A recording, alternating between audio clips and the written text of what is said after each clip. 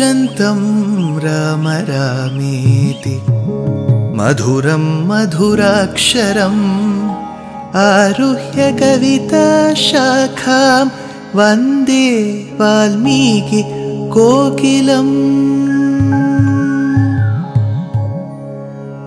रामाय रामभद्राय रामचन्द्राय वेधसे रघुनाथाय नाथाय सीताया पतये नमः।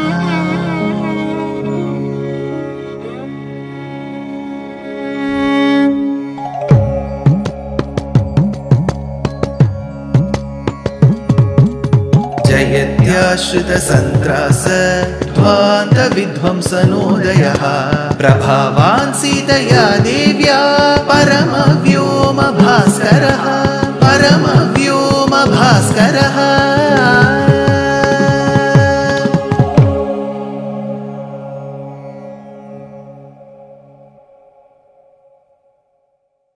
श्रीमते निगमान्त महादेशिकाय नमः। He forgot about the death that occurred to his brothers Khara, Dushana and Trishiras. He was even comfortable forgetting the death of thousands of Rakshasas who actually came under his direct protection. He was not bothered about the blood that was oozing from the nose and the ears of his dear sister Shurpanakha. He was not bothered about the ill fame brought to his valor, to his administration. But the only thing that he was able to concentrate and remember was the beauty, the description of the beauty of Sita that he was always listening to. That's it. He reached the shade of a banyan tree in the southern part of Bharata Desham. Whom did he actually go and meet? Pura Rama Bhaya Deva Tapasyam Tamupashrutam. He went and met a tapasvi. You can call him a sannyasi also. Tapasvi, sannyasi. Sir, are you sure? Ravana, the king of Lanka, and his connection with a tapasvi or a sannyasi? Yes, there was a connection. It was his very own, his family member who had become a tapasvi or a sannyasi. Who is that person, sir? His name was Maricha. Maricha? Sir, we have heard him somewhere. Yes, you have heard him in this series. In Balakandam, when Vishwamitra escorts Rama and Lakshmana to the forest after the Vadham of Tataka and during Yajna Samrakshanam, it is Lakshmana who stands in one place and Rama goes around, and both of them manage to kill Subahu but throw away Maricha to a distance. They don't kill him. That Maricha has now fallen under the shade of a banyan tree, and with the pain, with the big defeat that he had to face, he was enlightened and he became a tapasvi. Says Mahabharatam. In the Varaparva of Mahabharatam, Yudhishthira listens to Ramopakyanam. In that it comes, Pura Rama Bhayadeva Tapasyam Tamupashrutam. Out of the fear of Rama and his archery, he became a tapasvi. Tapasyam Tamupashrutam. So this particular place and tree especially was called a Subhadra. That is where he had fallen and he had continued to be a sannyasi, a tapasvi. Now the moment Ravana enters the hermitage of Maricha, Maricha welcomes Ravana. That is true of any community. You want to be hospitable to your guests. The Tamil poet describes, Sandavalartam Karpaga Nidal Talaivarkum Andanakkum Anja Adikkum Arasu Alvai இந்த வரத்து என் இன்னல் இருக்கைக்கு எளியோரின் வந்த கருத்து என் சொல்லுதே என்றான் மருகில் நின்றான். Oh, the one who sits under the shade of the Kalpaka Vriksha, the one who is feared by the celestials, I am very fortunate to have that great king of Lanka called Ravana visit me. Please come and tell me the reason what has brought you here to me. Then Ravana mentions, he then describes how he has fallen in love with Sita, how he wants to avenge the death of his brothers by abducting her, and the plan that he has, wherein he tells Ravana, Maricha, I know that you are of immense powers, especially occult, Ashtama Siddhi and so on.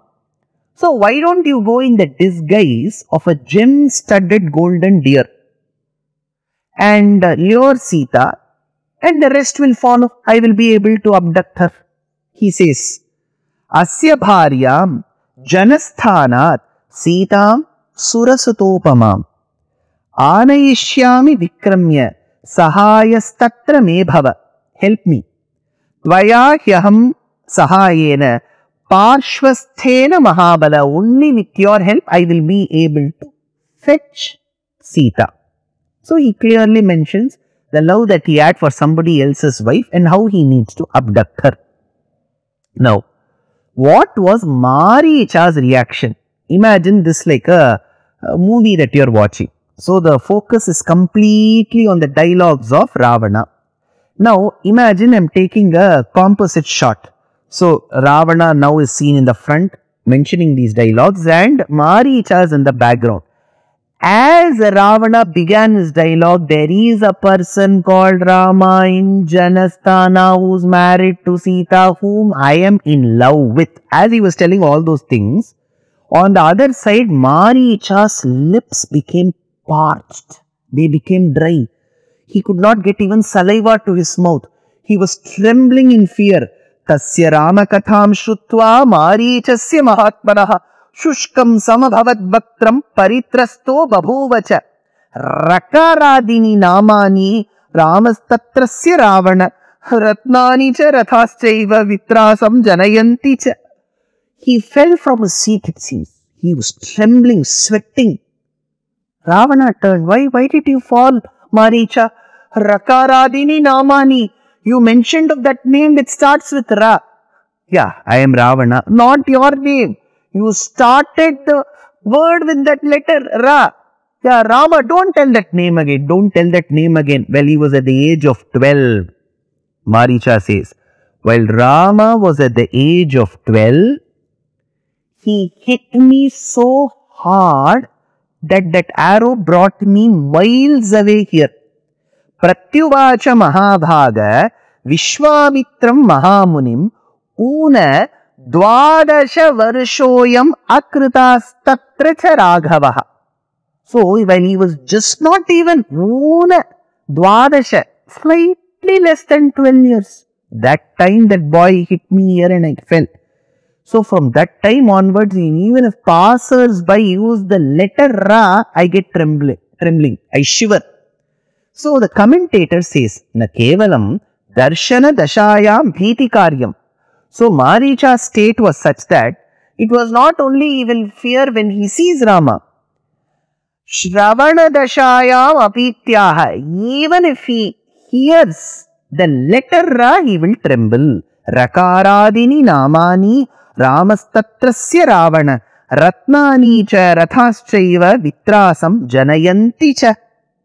Then he continues, like how Shurpanakha described Sita's beauty to Ravana and brought that infatuation in him, Maricha describes Rama's valor, Shakti, Viryam. He says, Ramo Vigrahavan Dharma. First thing, Ravana, he is a personification of Dharma. See, the greatest thing for any artist, any actor, any writer, any politician is when the competitor or the opposition praises you, that means you are doing something really well. If your own family members praise you, nothing great, because family members will always encourage and motivate you. But Rama's greatness was Shatroho prakhyata viryasya ranjaniyasya vikramaihi. The opposition, the enemies will always praise Rama. So he was that great a person. So Maricha says, Ramo Vigrahavan Dharma. He is a personification of Dharma, Ravana. Sadhuhu Satya Parakramaha. He is the one who has got Parakramam, Satyam, all virtues endowed in him. Raja Sarvasya Lokasya Devanamiva Vasavaha. Some people say he is like Indra. Like how Indra is seen and respected amongst the Devas, the celestials, he is respected amongst the humans. Tulsidas ji in Ramcharitmanas says, Te nar roop chara char isa taso tat bayaro nahi kije mare mariyo jiyaye jije. He is the one who protects and supports the entire charachar, the entire creation. Hey Ravana, remember you spoke just not about him but also his wife. Remember, he enjoys a very, very different, unique, special relationship with his wife. Unlike most of us, he didn't say Ravana. Unlike most of us, he says, Tasya vai narasimhasya simho raskasya bhamini pranebhyopi priyatara bharya nityamanuvrata. See, most other wives in this world, if the husband was to go to the forest, they will stay back in their kingdom, wish him good and stay. He is inseparable from him. Ravana, remember. Tasya vai narasimhasya simho raskasya bhamini pranebhyopi priyatara bharya nityam anuvrata. She can never be separated from him. She is like the lioness to the lion. After this, Ravana says, you have to go. You may speak great about Rama's valor. You may talk great about Sita's beauty. You may say they are inseparable, my dear uncle Maricha. But you still have to go and do what I have planned. Do you understand that? For years together you have consumed what food I have given. Remain grateful. Be a Kritagnya and not Kritagna. Do you get that, Maricha? Maricha laughs. See, I escaped death from the jaws of the Yama called Rama while he was young. Maybe it is written in my karma that I have to die in his hands. I cannot escape, neither can you escape. So today, I will remain grateful to you, Ravana. I will go as per what you have planned. I will become the deer, gem-studded golden deer. I will lure Sita, and you know what things will happen after that. Let it happen. But one thing is for sure, I will die at the hands of Rama today. Today I will die in the hands of Rama, that is for sure.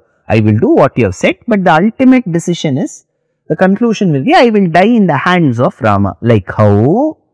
You will be dying in the hands of Rama tomorrow. When he says tomorrow, in the future. Nivaryamanaha suhridamaya brisham prasahya sitam yadi dharma ishyasi gamishyasi kshinabalaha sabandhavaha yamakshayam yamasharasta jivitaha.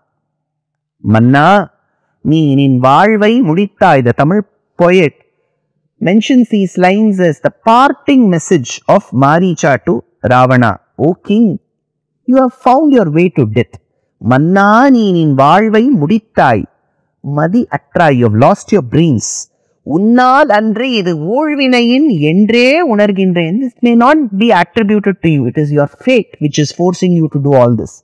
Innadhenum yan idu uraipan idam enna sonnan andre annavanukku tunivayellam. I am not afraid of you, Ravana. I am grateful.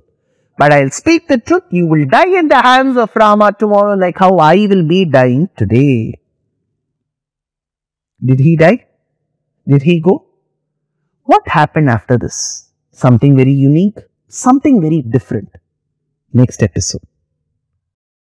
Dear Astika reader, I am happy to be authoring a two-part book on the Ramayana in English. The first part is slated for release in the year 2024. The book aims to recreate and retell the Ramayana of Valmiki, conforming to the ancient commentaries and other allied literature. To receive notifications of the book release, kindly register with www.deshikadaya.org/books. Namaskaram.